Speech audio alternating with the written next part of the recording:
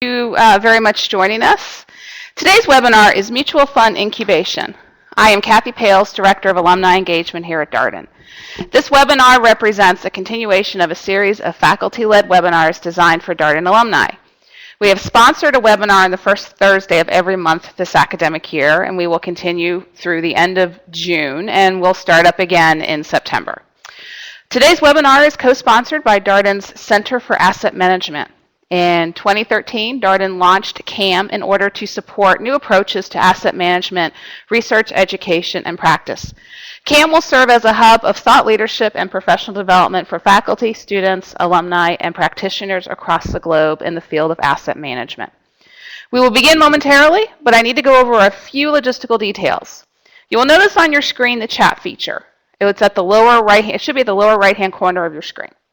We will use this tool to ask questions during the webinar. We will stop several times during the webinar to answer your questions. Please feel free to send us a question at any time during the presentation. You don't need to wait until the question and answer period. Following today's webinar, I will send you an online assessment. Please tell us about your experience today. Your feedback is very important as we develop more alumni education opportunities. At this time, please allow me to introduce our presenter, Rich Evans, Associate Professor of Business Administration. Rich's current research projects explore risk-taking on the part of mutual fund managers, the role of broker intermediation in mutual fund investing, and the impact of commission bundling and other trading costs on portfolio performance. His research has been published in the Journal of Finance, the Journal of Financial Economics, and the Review of Financial Studies, and cited by the New York Times, Wall Street Journal, The Economist, and Forbes magazine. He has presented his research to the Securities and Exchange Commission, Social Security Administration, and the American Finance Association. Rich has also taught executive education courses for investment professionals from Merrill Lynch, Morgan Stanley, Citizens Bank, and he is the advisor to Darden Capital Management, which is Darden's student-run investment funds. He received his BS and MS degrees from the University of Utah and a Master of Arts and his PhD from the Wharton School of Business. Without further ado, please allow me to turn this over to Rich. Kathy, thanks so much, and thanks everyone for being here. I wanted to talk a little bit about mutual fund incubation, which was the topic of my dissertation, and has led to a long string of research in the decision-making of individual investors. Now, incubation may be something you've never heard of, at least in the context of mutual funds. And so to start us out, I wanted to give you, in the grand Darden tradition, a little bit of a case. Now, this is a different case. You can't comment, you could chat, but I want you just to consider the following situation. So one day, a broker contacts you, and this broker has impressive credentials. She graduated from Darden, high in her class, so you know she's well trained. And she would like to be your broker. She'd like to manage your money. So she says, now listen, she has a proprietary model for picking stocks based on positive and negative Twitter mentions or something. And she said, I don't want you to believe me that I'm good.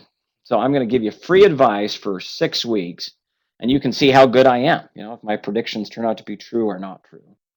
So, there's no commitment on your part. You don't have to give any money. There's nobody trying to get out of prison in a foreign country. And so you think, well, okay, I'll be, I'm at least curious how she does. So week 1, she sends you an email. And her email says, based on my proprietary stock model, IBM is going to go up this week. And sure enough, she gets it right. So week 2, she sends you another email, and she says, based on this model, it's pretty clear that GE is going to drop in stock price based on X, Y, and Z. And sure enough, it happens. And so every week for 6 weeks, she gets it right. Okay, now the 7th week rolls around, and she emails you, and she says, listen, my model, it's off the charts. This is the strongest signal I've ever had for a stock. And what is this stock? Well, it's a little known but publicly traded company called iLink. Very thinly traded, something you'd never heard of. But, every single week to date, she's gotten it right. And she's telling you this is the strongest signal she's ever seen with her model, that this, you should buy this and buy as much of it as you possibly can. So what do you do? Now, my hope is everybody on the call is financially sophisticated enough that you would never get drawn in by a scenario like this. But it wouldn't be surprising if the average retail investor did. Now, what's actually happening behind the scenes? Well, turns out the first week she emails 32,000 people. She tells 16,000 of them that IBM is going to go up and 16,000 that IBM was going to go down. Now, IBM goes up, so she ignores group 2, but the second week she emails the 16,000 in group 1, and she tells, 8,000 of them GM is going to go up and 8,000 GM is going to go down. It goes down, so she focuses on group 4, and she continues until you are one of the lucky few 500 investors remaining. Now, it's a scam, but what's the purpose of the scam? She already owns shares of the thinly traded iLink. And so when you and the 499 other investors get this email, you're strongly encouraged to buy iLink. You push up the price and she sells. Because it's so thinly traded, if each one of those investors buys 50, 100 shares, and it's something that's typically below $3 a share, it'll push the price pretty dramatically and the broker can make a good deal of money. So this scam is a variation on the pump and dump, which is something the SEC, this used to take place via investment newsletters in the 1970s, and the SEC made it illegal. You think, well, why did they make it illegal? It's not actually the stock picking process. It's the last step of the scam. If the broker tells you to do something and is doing the opposite in their own account, that is what's concerning to the SEC. So why do I bring up this broker dilemma? What does this have to do with mutual fund incubation? Well, as a research professor, your research career is not truly validated until Dilbert or Dogbert documents your research topic, which they did a few years back. So one of my PhD students sent me this comic and said, hey, wasn't your dissertation about this? And sure enough, it was. So what is incubation? At least according to Dogbert, and I'll give you some other perspectives on it as well, but Dogbert says, let's start 10 mutual funds, each with randomly chosen stocks. Later, we'll build our advertisements around whichever one does the best, purely by chance. My goal is to be the premier provider of imaginary expertise. Now that, according to the research I've done, is not far off from the correct characterization of incubation.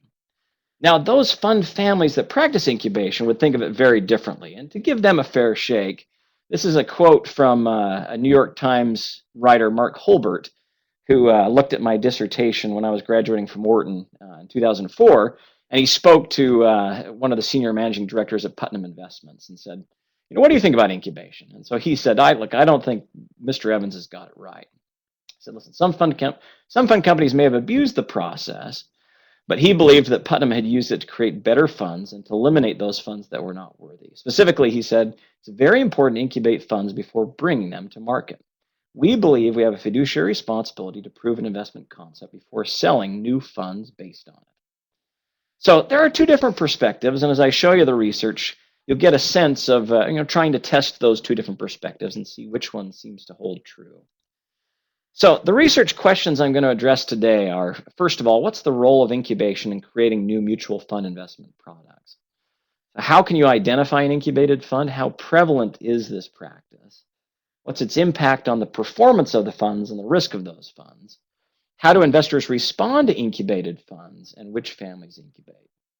Incubation is interesting to me in and of itself, but I think the more important concern here is the behavior of retail investors to invest largely based on past returns, and not just any past returns, but past total returns, which turns out to be a spectacular way to lose a lot of money. So let me stop there for just a second and see if there are any questions. Yes, thanks, Rich. The first question that's come to mind, and we'll let you answer this, then we'll continue with your content, is you gave that quote that a leading thinker in the field disagreed with your assessment about incubation. What is the overall feeling in the field about mutual fund incubation? Are you on the are you sort of a pioneer in having a negative view? No, it's a great question. I had spoken right after I finished my PhD. I was teaching at Boston College, and I was asked to speak at a practitioner conference. And there were a number of representatives from the top 25 fund families in the U.S., manage about 70 to 75% of assets under management. And so there were representatives from almost all of those top 25 fund families. And so, how many of the 25 liked incubation? How many of the 25 hated it? There was vehement disagreement amongst them. So there were about 10 of the 25 who incubate, and they said, listen, this is our fiduciary responsibility. We can't open a fund for investors unless we've tested it out. Now, there were another 15 of the 25 who'd said, no, we think incubation is completely misleading. If you want to test out a strategy, fine, but don't use the returns from that test period as your advertisement to attract investors into the fund. So I have to admit, I think I was probably on the majority as far as practitioners were concerned, but it did give insight into this behavior. You'll see at the end of my discussion that incubation, even though these returns are somewhat manufactured, has a really strong impact on investor flows. And so those funds that are incubated have much higher performance and as a result generate much higher inflows. And I'll show you an example or two of that. Great, and you may mention this later in your presentation, but we have some folks curious, and I'm curious about. You said you received your dissertation or your doctorate in 2004. What have you noticed about the shifts in attitude about incubation since the financial crisis? Yeah, it turns out that so what we document is all in mutual funds and the mutual fund industry, and the percentage of funds that are incubated have gone down over the years, but the reason why I would suggest economically is if I wanted to try out a new strategy, given the limitations on mutual funds, they can do some short selling, they can use some derivatives, they can short to some degree. But if they were in a hedge fund setting, and if you'd set up a hedge fund investment vehicle, your ability to generate returns, if you're thinking about using randomness to try and generate a good return, the tools you have at your disposal are much greater. So it's I don't think attitudes have shifted that much. I do think there's less incubation done in the mutual fund sphere these days, and a lot more that's done either as separate accounts or that's done in alternative investment vehicles like a hedge fund. Great. I'm going to let you continue. That's all the questions we have so far. I'm going to let Rich continue with his content, but I encourage the participants who are on the webinar today to don't be shy. Send us your questions at any time during the presentation. Great. Okay, thanks, Kathy. So I wanted to show you a couple examples before I talk about the general statistics to give you a sense of what this really is, what it looks like, and give you insight into how we identify in the research paper incubated funds. So after those examples, we'll talk a little bit about the performance and risk, the flows, the determinants of incubation, and how you could identify an incubated fund and what it means in terms of your investment decision making. So there are two types of incubation, at least in mutual funds. The first one is what we call public fund incubation. A fund family will start multiple funds with a small amount of money, say $100,000 to $1 million, and that money will be seed money from the fund management company itself. They'll register the funds and file the relevant SEC documents, which is actually how we first came to find out about these funds. So for all intents and purposes, legally, they are public mutual funds. At the same time, when they first start the funds, they won't advertise them with standard sources of fund information, so Morningstar, Lipper, brokers, etc. But after the funds have established a track record, those ones with the best returns are opened to investors. The ones with the worst returns are shut down, before anybody really has a chance to see how they've done. Private fund incubation works similarly, except it tends to occur when advisors manage both mutual funds and what are called separate accounts. A separate account is just like it sounds. It's a separate account where an investment strategy can be applied. Typically is used to manage money for higher net worth or institutional clients, and minimum investment sizes in those would be $500,000 to $5 million or more, depending on the strategy. So for private fund incubation, a given investment advisor may run a bunch of different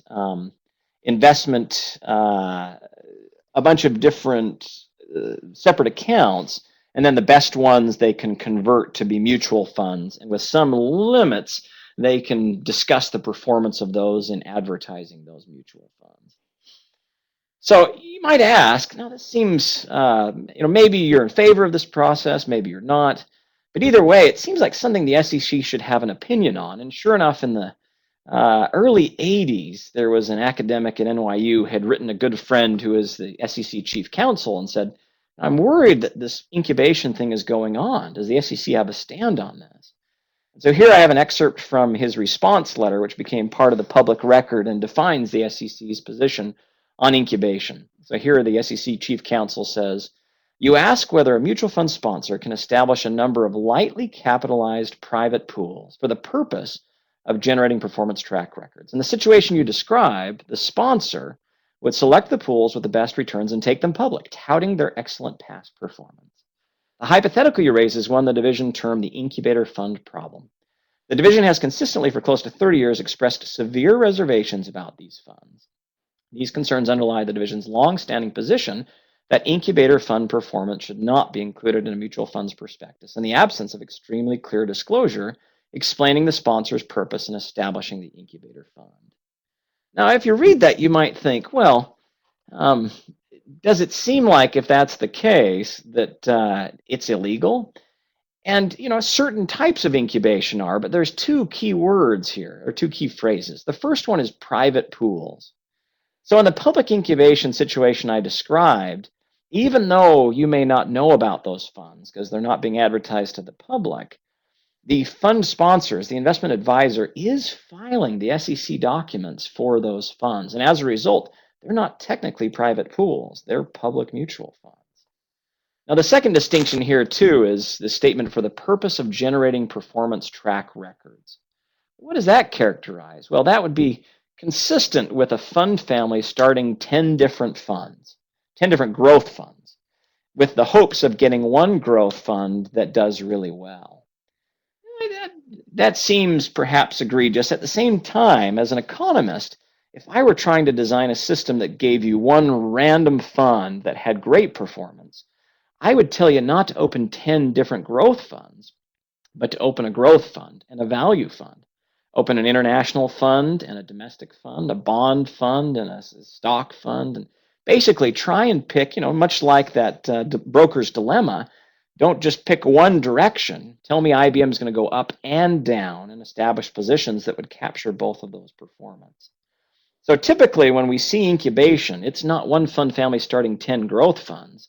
As I'll show you a little bit later on, it'll be one fund family that starts 5 or 6 different funds that do very different things. So technically, they would not be creating these private pools for the purpose of generating performance track records. As far as private incubation is concerned, there's a no action letter, a Mass Mutual institutional no action letter from the SEC. Mass Mutual had some separate accounts they wanted to convert to mutual fund products, and they wanted to include that predecessor performance. And so the SEC responded and said, funds can use unregistered account performance to advertise a new fund under certain conditions. And what are those? The advisor has to remain the same. The management practices have to remain the same. The investment policies have to remain the same. And the unregistered account was not created in order to generate a track record. Okay, so I had an example to give you a sense of what mutual fund incubation looks like. So this is the Putnam Research Fund. And there's two different things on this fund. I'm going to make sure Dave can see my, okay. Two different things on this graph. The first one, this black line here, is the assets of the fund, which are indexed over on the left. So when the Putnam Research Fund started, it had about 3 million. It doesn't really even register. But, it's kind of beginning to early 1998, size of the fund starts to go up. And so at this point right here, for example, the fund had 1 billion in assets. And at its peak, it had about 2.5 billion in assets. Okay, now this is interesting. So you look at this, and the other thing that's on this graph is the green line, which gives a 2-year rolling average investment return. What in the world is that? Think of this as the performance of the fund relative to the average fund of its investment objective. So the Putnam Research Fund was a large cap fund. This is Putnam's fund return relative to all other large cap funds. And so what do you see? Well, that's indexed over here on the right side. And it started out, it had an average return of, it had average performance where it was beating its competitors by 4%, jumps up all the way to about 7%, and then over time declines. So when it gets to here in the middle, it's no different than an average fund. Okay, so what do we see here? Well, at the very beginning, this Putnam Research Fund is beating its competitors by somewhere between 4 and 7% per year, which is massive dominance in the mutual fund industry. You think, okay, this fund is doing so much better. It's Putnam, it's a large fund family, but there's no, you see the size of the fund seems to be attracting no assets whatsoever. So it's beating all of its competitors by 7%, and there's no money flowing into the fund. This is actually how I stumbled across incubation in the first place. I was looking at a number of funds that had incredible performance. Big fund families should have no problem advertising and attracting assets, and yet seem to have no assets flowing into the fund. Well, something seems to change in 1998, because all of a sudden it goes from no funds flowing to a steady increase, where in the period of about, let's say, 2 years or so, it goes from 3 million to 2.5 billion in assets. Now, at the same time, you look at performance. Performance up to that point at the beginning of 1998, it's beating its competitors by 7% or so. But from that point forward, its performance seems to decline. And towards the end of the sample, let me go back here. Towards the end of the sample, it's actually losing to its competitor funds by, say, 1 to 2% per year. Okay, so this turns out to be an incubated fund, and what we see here in terms of the patterns of size and performance is quite typical of an incubated fund. Well, how do you know this is incubated? Well, the Investment Company Act of 1940 requires these funds to file a prospectus.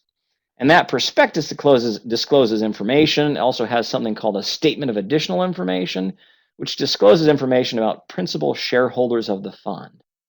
And so Putnam here on August 31st of 1995 says, okay, we've got a bunch of funds out there. There's some of these funds. The Putnam Balanced Fund, 3.44%, is owned by the trustees and the trust, 7.2% of the Putnam Basic Fund, so on and so forth. But you get to the end of this and you say, okay, except that Putnam Investments, Inc. owned of record and beneficially 100% of Putnam American Renaissance, 95% of Putnam Balanced, 85% of Putnam Basic Value, 96% of Putnam Global Utilities, 91% of Putnam Real Estate Opportunities, and 100% of the Putnam Research Fund. Why is it that Putnam owns so much of the Putnam Research Fund? It's because the fund is in incubation. It basically has one shareholder, and it's the investment advisor.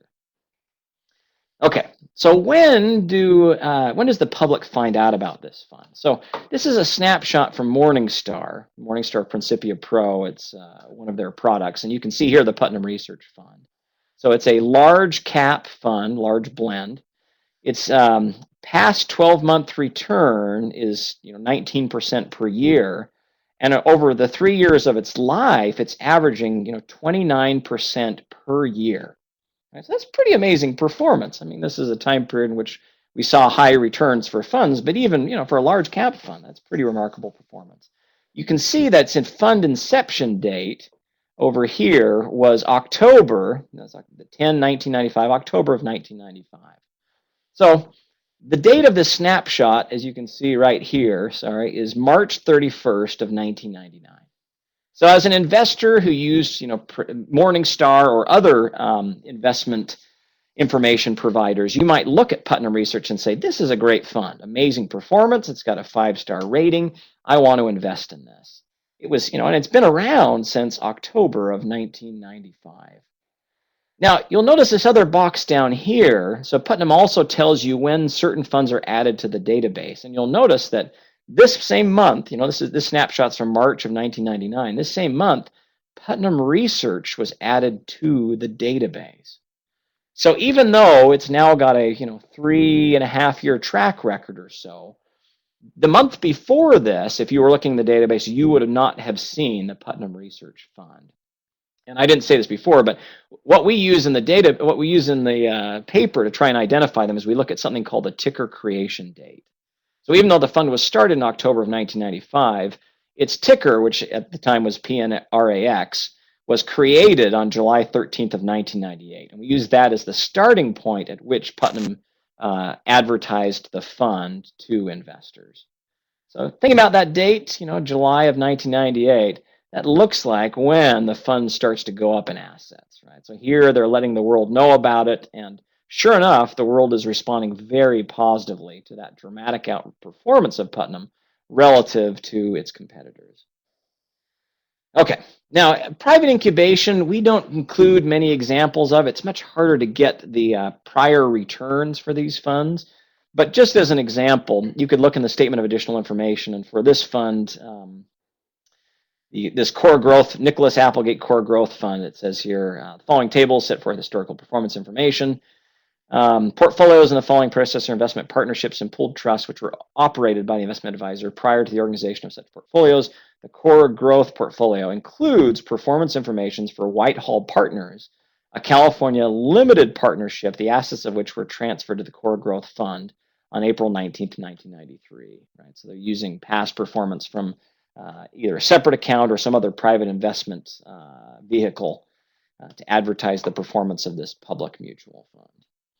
Okay, so let me, I was going to stop, let's see, let's stop there for questions. Kathy, any questions for me? We do have questions. Martin actually has more of a statement he would like you to respond to. He notes that Sure. he notes that you use net assets, which is a function of shares issued and the price of the shares. Since the price of the shares is a function of how the market did and how well or badly the fund did in that market, eliminating the market effect would give a better feeling of how the fund has done relative to the market. Your response? Yeah, that's a great point. So I'll show you a little bit later, Martin. We'll look at what we refer to as net investment flows. So you'll see basically investor response after subtracting the increase or decrease in the assets of the fund based on its performance. And so it's difficult to do that in the kind of graph I showed you, but I will show you what happens to flows. Do investors seem to respond to these things? And you'll find out that they certainly do. So the growth of that fund is in part because it was a great time for stocks, and the initial returns of the fund were pretty remarkable. But largely, it's a function of assets into the fund. You can see that as well, even in the growth rate of the fund. If it was purely returns that were generating it, to go from 3 million to 2.5 billion in a couple of years would require returns of thousands of percent, I think. So I'm sure our Darden MBAs could probably calculate that exactly. You can figure out what the IRR is necessary to take it from 3 million to 2.5 billion over that time period. But I'll show you the flow results in a little bit, Martin. You'll see it a little bit more clearly, separating out those returns, the impact on investor decision making. So great point. Great. And Mike would like to know, have you seen anyone incubate a single stock fund before reducing risk in the portfolio and raising additional capital and advertising the fund? Oh, great question. So we're going to get to the risk of the fund in a little bit. It turns out that I expected when we started the project that we would find big differences in the risk of funds during incubation versus post-incubation. And we don't. We find very little difference. And you think, it makes sense you would increase the risk. The problem is, and you got a little sense of that from the SEC's requirements for private incubation, if the fund strategy changes dramatically from the incubation period to the post-incubation period, that would be one possible reason for them to investigate you. So, you think, should I have more risk in incubation and less after incubation? That would, in there, I've actually seen a couple of litigation cases. And if you look at the paper, the initial mutual fund incubation paper that's published in the Journal of Finance, and the footnotes, it cites some of those cases that suggest if there is a big difference in the strategy or the risk of the fund, it could be misrepresentation to investors and could represent liability on the part of the investment advisor. That's a great question. Great. All right, let's, I see a question coming in. If Chris can type faster, we can get the question. Rich, why don't you go ahead and keep with your content, and then we will pick up any additional questions in the next period. Okay, sounds great. Thanks for those questions. Okay, so how do the incubated funds do during incubation? And then you think, okay, what happens after incubation? Maybe these are just amazing funds, amazing strategies.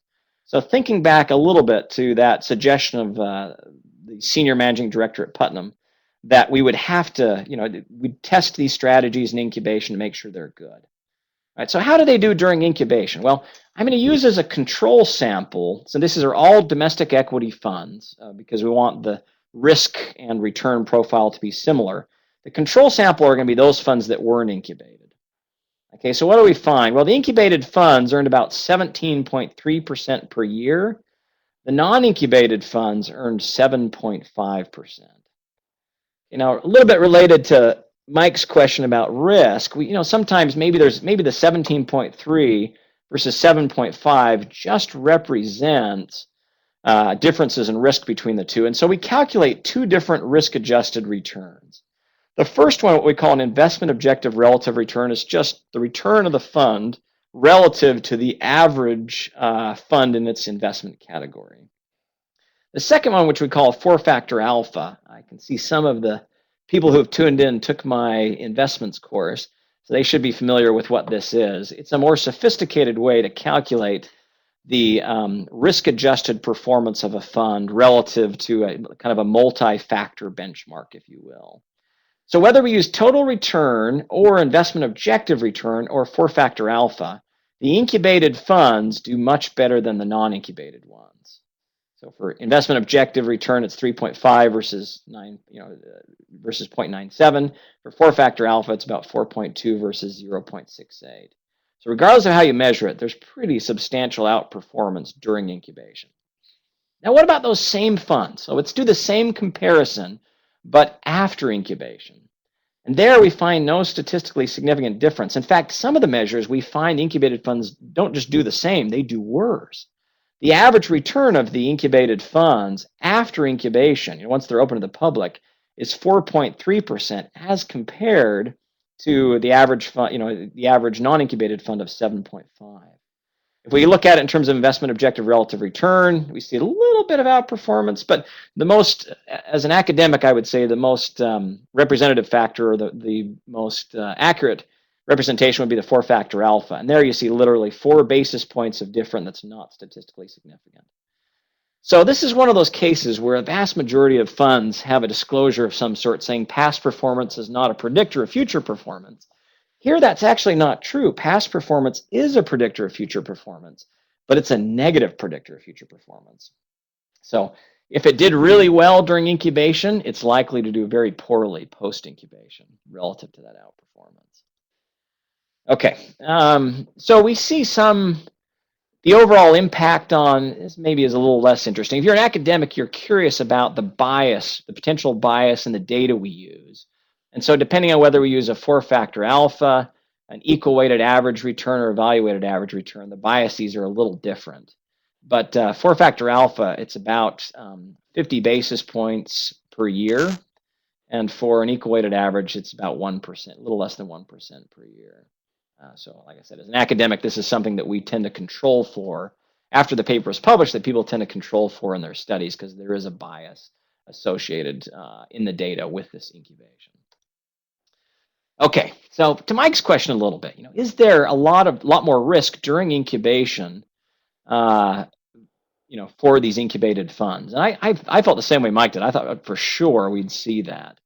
But what we see if we look at either total risk or we look at standard deviation or active risk, so this is the tracking error relative to the this multi-factor benchmark. We see the incubated funds tend to be a little bit riskier than the non-incubated funds, but post-incubation, actually, it looks almost exactly the same. So we don't see much of a difference post-incubation. So and I was left with that same question Mike had, which is why aren't they taking bigger bets? If I'm doing this to generate a track record, why don't I just put all my assets in one stock? And we talked to some people in industry, and we found a few of these SEC enforcement actions and some other court cases where when the strategy had changed dramatically from incubation to post-incubation, then it seemed like it exposed the investment advisor to some liability. So it's an interesting point, and we thought we'd find the same thing, but we didn't, and we thought this might be the possible explanation. Okay, so what about this notion that incubation is a test of managers? Now, I should say there are a number of fund families that do try out, analysts as managers. Fidelity, for instance, will often try out a new strategy, but that's not technically incubation because they'll do it privately and they won't use any of those returns to advertise their products. But there's this argument that maybe incubation, maybe what we see with Putnam Research is a test of managers. Well, we find that the outperformance disappears post-incubation. So if it's a test to identify good managers, it doesn't seem to be a very effective test because they don't seem to be any better than the average manager after incubation. We also find, and this isn't direct evidence one way or the other, but incubating fund families tend to have shorter manager tenure. So even those fund managers of incubated funds that wind up surviving, they don't seem to stick around quite as long. The other reason is we seem to find that incubation decision, which funds they open to the public, is not influenced by competitive factors like total return. It's total return, not alpha, that determines it, and it's based on investment objective flows. They tend to open those funds that are in categories that investors are very interested in, perhaps not surprisingly. Now, there's arguments in favor as well. I mean, I should be clear. This is still an open question. Putnam Research, for example, the fund that I've shown you, is specifically they aggregate the best ideas of their analysts, and so its purpose is to test out new possible managers. And the fund families that incubate, they're large families with active management focus, and so they do have an incentive to try and test out new managers, and maybe that both of those are evidence or arguments in favor of incubation being a valid fiduciary responsibility of the fund family. Okay, so does incubation affect fund flows? So here it's a little, we do something a little different than the rest of the literature. So we calculate the net dollar flows. We actually calculate the dollars that go into these incubated funds. And do they attract higher flows? We find on average there's about $9 million more per year after accounting for performance. You have to remember, though, the incubated funds have much higher performance to begin with. And so if we just say for an average incubated fund, how much more money does it attract per year, ignoring the fact that the non-incubated ones have worse performance, it's somewhere in the $50 to $100 million range. So these higher flows, of course, are due to fund performance since inception. The incubated funds look like they have great track records. And they tend to be funds that are opened in investment objectives where there's a lot of investor interest. So they're more likely to open an incubated fund to the public if there's a lot of investor dollars going to that investment objective, whether it's emerging markets or real estate or whatever happens to be the sector du jour. So you see a little bit here of the fund size, right? So if we look at the size of the fund for incubated versus non-incubated funds, when we measure the age from the months of the inception, there's a big jump for non-incubated funds relative to incubated funds. But once we put them on the same graph, we actually do the age as the end of incubation, or basically we lop off the incubation period. We see they grow at pretty similar rates after that. Okay, so which fund families incubate? Well, they tend to be larger fund families that are broker distributed. So they tend to have an emphasis more on distribution and distribution channel. We also find those fund families that have more institutional money are more likely to incubate. And that's perhaps not surprising, given private incubation as a possible mechanism for incubation. They probably manage more separate accounts, and those ones that incubate tend to incubate consistently. So they're, like I said, out of the top 25, there were about 10 that incubated. There were about 15 that did not, and the 10 that incubated pretty consistently. So what determines the funds they open from incubation? Those ones where investment objective flows are high, there's a lot of investor interest. The current fund offerings in that investment objective have poor performance, and their inflows of the family in that investment objective are poor relative to the competition. Okay, so let me, actually, I'm almost towards the end here, so let me finish off with these last two slides, and we'll open up for any other questions you might have. So how do we filter out these incubated funds? It's difficult. It's hard to identify them. We use this ticker creation date, and that's data that is very difficult to get your hands on. So we knew some people at the time what was the NASD. Now I think you'd contact FINRA to get that same information, and we were able to get this ticker creation date, but we couldn't get it concurrently. So we had to, it was usually lagged a year to 2 to 3 years from the actual date the tickers were created. As academics, we try and remove the bias by applying a couple of filters. One is just to remove the first 3 years of performance.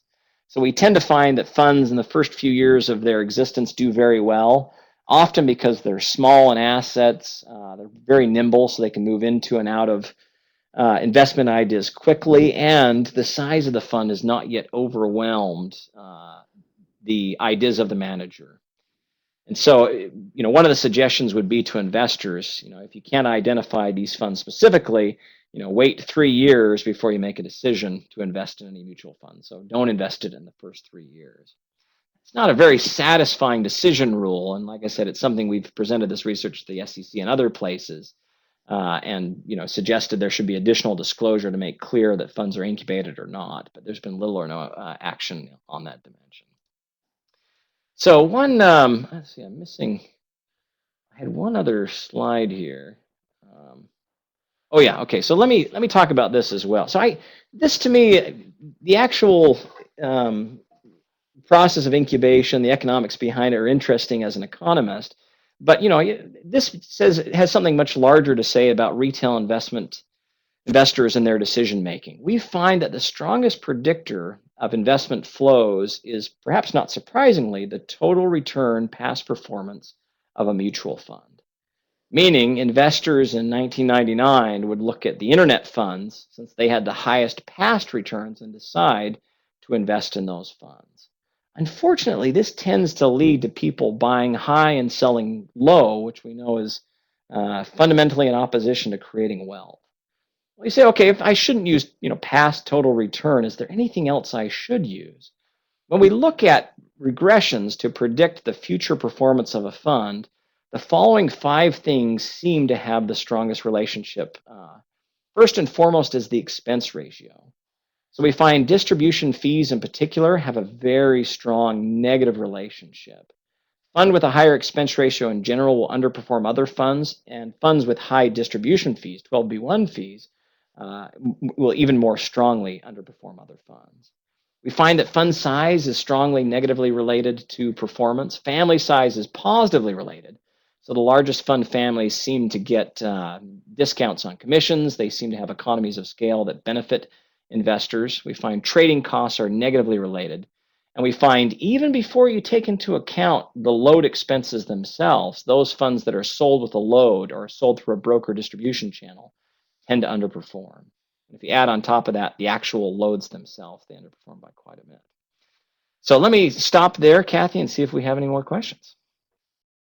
We do, Rich. And I want to encourage the participants, since we're doing very well on time, and we're going to be very respectful of y'all's time, to please don't be shy and send in any further questions. Rich has gone through quite a bit of very good content, so we want to pick his brain, and while we have him, take advantage of that great research he's done. Chris has a question, and Rich, you sort of addressed this, but I want to honor Chris's question and ask it anyway. You may want to go a little bit deeper in this particular topic. He'd like to know, have any fund families commissioned top performing managers to start up an incubated fund, or would a top performing manager ever consider such an effort?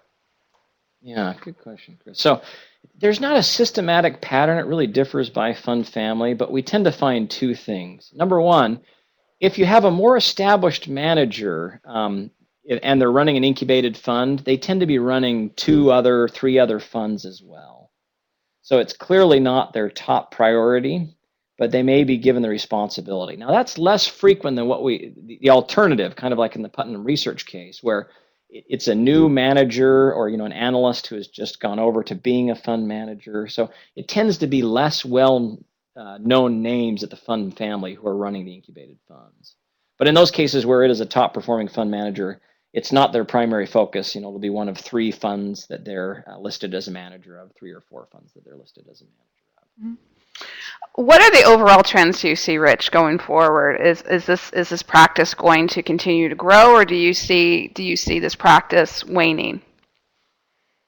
Yeah, I think after I published the paper in '04, and I wish I could say it was entirely due to me. I think it wasn't. There were other factors as well, but we've seen the practice decrease quite a bit.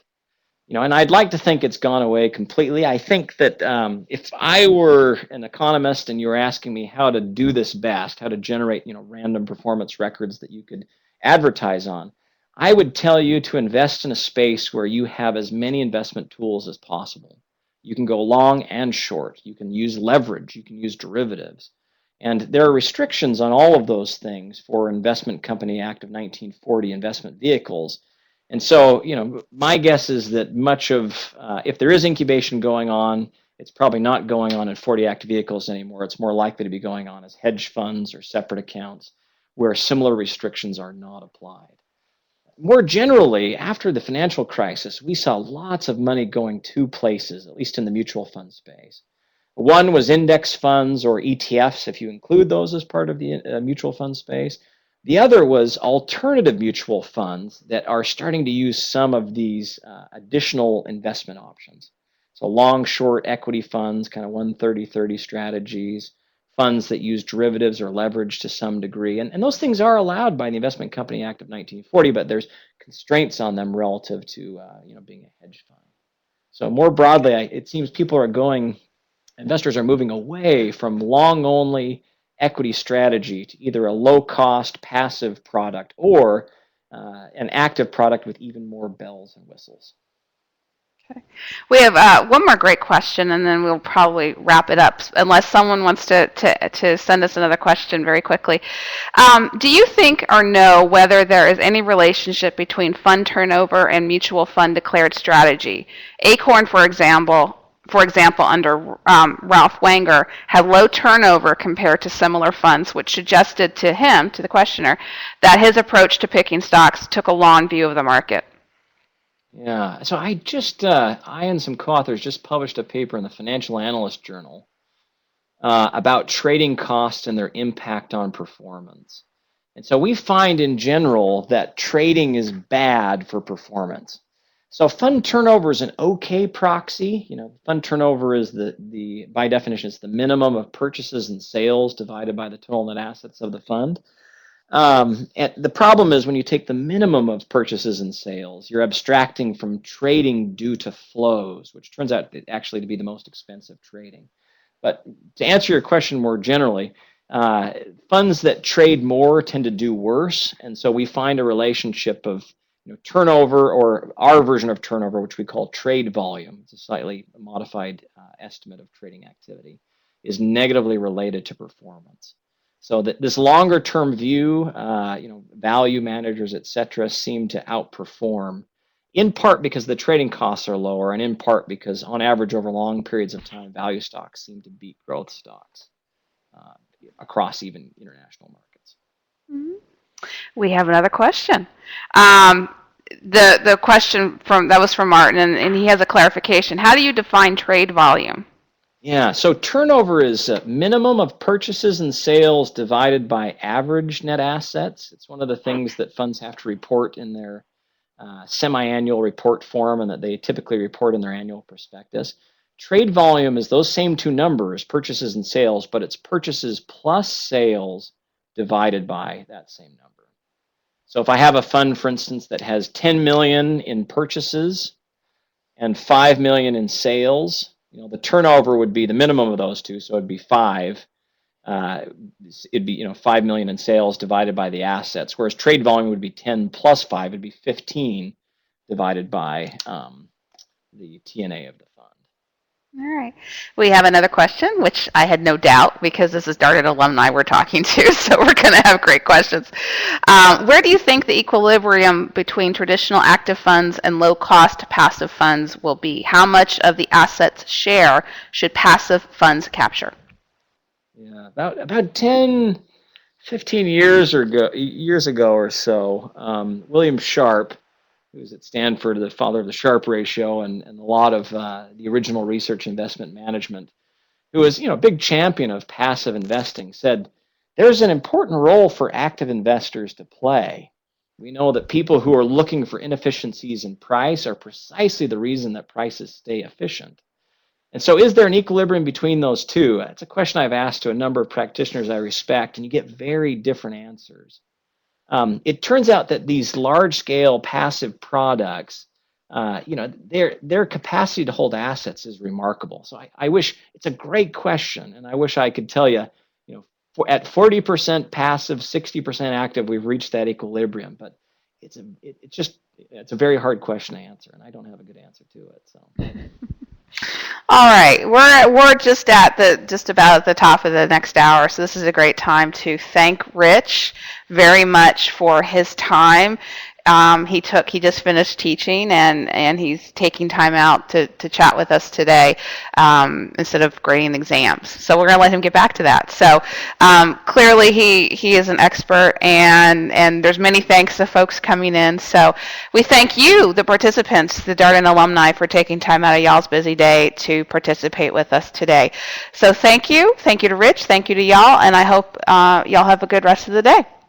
Hey, Kathy, can I add one other thanks too? Of course I you want to may. thank you. You're in And I want charge, to my thank friend. Dave as well. There are a lot of people who are behind the scenes to make these things happen, so we're grateful for your assistance. And to all of our alumni, thanks for tuning in. We're glad you're still engaged and interested in what we're doing here at Darden. You're what make us Absolutely, tick. Thank you. absolutely, and we'd like to do more of this. So please feel free to reach out to me at any time. Pales, P-A-L-E-S-C, as in cat, at darden.virginia.edu. For any of your ideas for topics for future webinars or group live events, or if you want Rich to come to your city, come speak at your chapter, let us know, and we'll see what we can do to get him there. So again, thanks so much, and we appreciate it, and please have a good day.